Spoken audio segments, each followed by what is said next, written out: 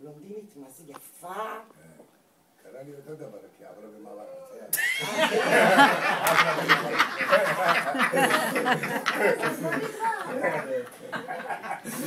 לא הייתה לך עילה לעשות. היא לא עברה במעבר. אולי זה הוא. השוטר ישר קורא לקודקוד. קודקוד, עזרה. קודקוד, מגיע עוד קודקוד, עוד קודקוד. כל הקודקודים. כל הקודקודים מגיעים. כל הקודקודים. סביב הבלונדינית. סביב הדוגמנית. עד שמגיעים למפכ"ל. אומרים לה, תני לי בבקשה תעודה. נותנת. תני לי את הרישיון, נותנת. אז הוא אומר לחבר שלו, תגיד, מה אתה רוצה ממנה? תראה, כל מה שביקשתי, היא נתנה. אז היא אומרת לו, עוד מעט הוא גם יגיד לך שלא עצרתי בעצור.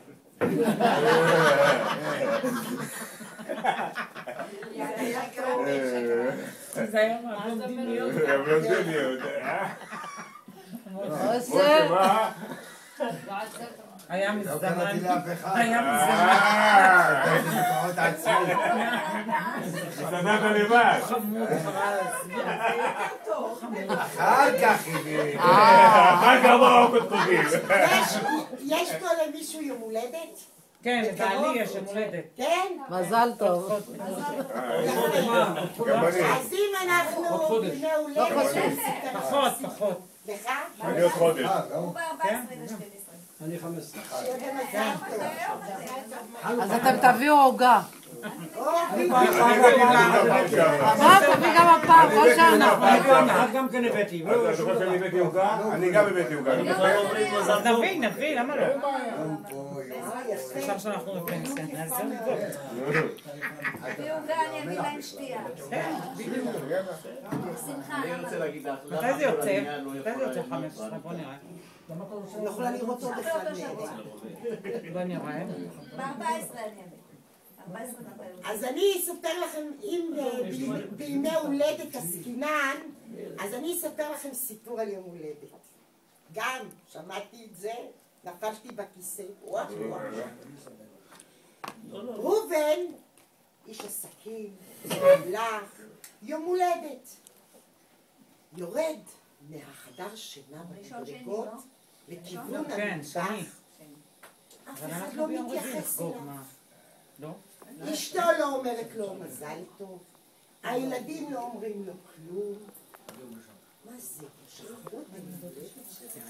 איך זה יכול להיות? אבל מה? הוא נפגע. נגיע למשרד, המזכירה מקבלת מה זה? בתרועה ובששון. ראובן, יש לך היום יום הולדת. מה זה? ראובן מתרגש שהמזכירה זוכרת, ואשתו, אם ילדיו, לא אמרה לו חצי מילה. ואז המזכירה אומרת לו, איך אתה רוצה לחגוג את היום הולדת שלך היום? הוא אומר לה, מה אני אגיד לך? לי אין תוכניות. אז אם אתה בא, אתה יודע מה? אני הכנתי לנו תוכנית. אנחנו נסגור את המשרד, נצא לאיזה מסעדה טובה, ומשם אולי נזרום לעוד משהו. אמר לה ראובן, אני זורם. מה שתגידי, אני איתך. סגרו את המשרד, נכנסו לאוטו, נסעו למסעדה, מסעדת גורמה, שתו יין, ועוד כוס יין, ועוד כוס יין. יצא הסוף. והלכו לעבר ביתם. חרבו דרבו.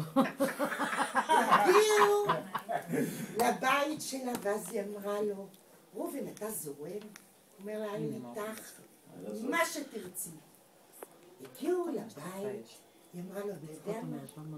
אני הולכת לשים עליי חלוק כלי, משהו שיהיה לי נוח. אתה תשחרר את העניבה, תרגיש בנוח, תרגיש כמו בבית, אני תכף יוצאת. ראובן שחרר את העניבה קצת מהיין, הסתובב לו הראש, ושחרר את החגורה של המכנסיים, וכשהמכנסיים היו למטה, וראובן בלי חולצה ובלי גופייה, נפתחה הדלת של החדר, ואשתו והילדים עמדו עם עוגה וצעקו לו, אבא, מזל טוב. והילד עשה לו, אבא, מזל טוב, נחמד. וראובן חשב שלעולם אסור להאמין למזכירות. לעולם. זה יום הולדת של ראובן. אבל אני רוצה לספר לכם סיפור של יום הולדת אמיתי. הבעל שלי מרוסיה, ואני לפני שנים החלטתי לעשות לו יום הולדת. אבל מה זה יום הולדת? שהוא לא ישכח. יום הולדת להחזיר אותו לשורשים. אז רק נפתחו המסעדות הרוסיות. עוד לא שמעו עליהן בכלל. ונודע לי שבעכו יש מסעדה שנקראת בבושקה. ושמה זאת מסעדה מיוחדת, ואפשר ליהנות ערב מיוחד. נסענו חבר'ה, היינו איזה 6, והגענו למסעדה הזאת, לבבושקה בעכו. כשנכנסנו, הייתי עמומה, אז לא ראינו את זה בארץ. השולחנות היו ערוכים, עם דג מלוח, ונקניקים, ווודקה על השולחן. ועל הבמה עמדה זמרת עם סמלה, עם שנית עד לפה שלא צריך דמיון בכלל, עם שיער אדום ושרה, ואנחנו היינו עמומים. דבר כזה באמת לא ראינו. התיישבנו, אכלנו כמו שצריך, שתינו וודקה, רקדנו, וכשהגענו לשולחן לקינוח, פתאום מגיעה מלצרית עם עוגת קרם, עם אגוזים, נטיפי שוקולד, תותים. מה זה עוגה מושקעת? עוגה של בית. ומביאה לנו את העוגה לשולחן ואומרת מזל טוב. בעלי אומר, תגידי, כל הכבוד לך, מתי הספקת להביא את העוגה? אני לא הרגשתי. מתי נסעת לעכו ואת העוגה וזה? אני עוד לא הספקתי לענות לו. אמרתי, המקום נותן. עוד לא הספקתי לענות לו אפילו משפט כמו המקום נותן. כל אחד מאיתנו לקח פרוסה. מה זה עוגה? לא נשכח את הטעם שלה. חיסלנו אותה. איך שחיסלנו את העוגה, פתאום שולחן לידי קמה אישה גדולה וצועקת, מה הולך פה, מה הולך? איפה העוגה שאני אפיתי לבעלי? כל הלילה אני אפיתי עם השוקולד הכי טוב, עם התותים המובחרים, עם האגוזים. אנחנו ניגבנו את הפירורים בשקט, ופתאום ראיתי שהמלצרית מביאה להם עוגיות יבשות שהמקום נותן.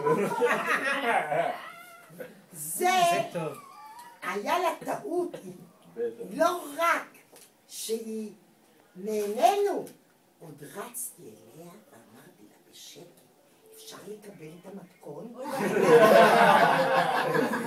אמרתי לה, באמת הצליח לך, אין מה לדבר.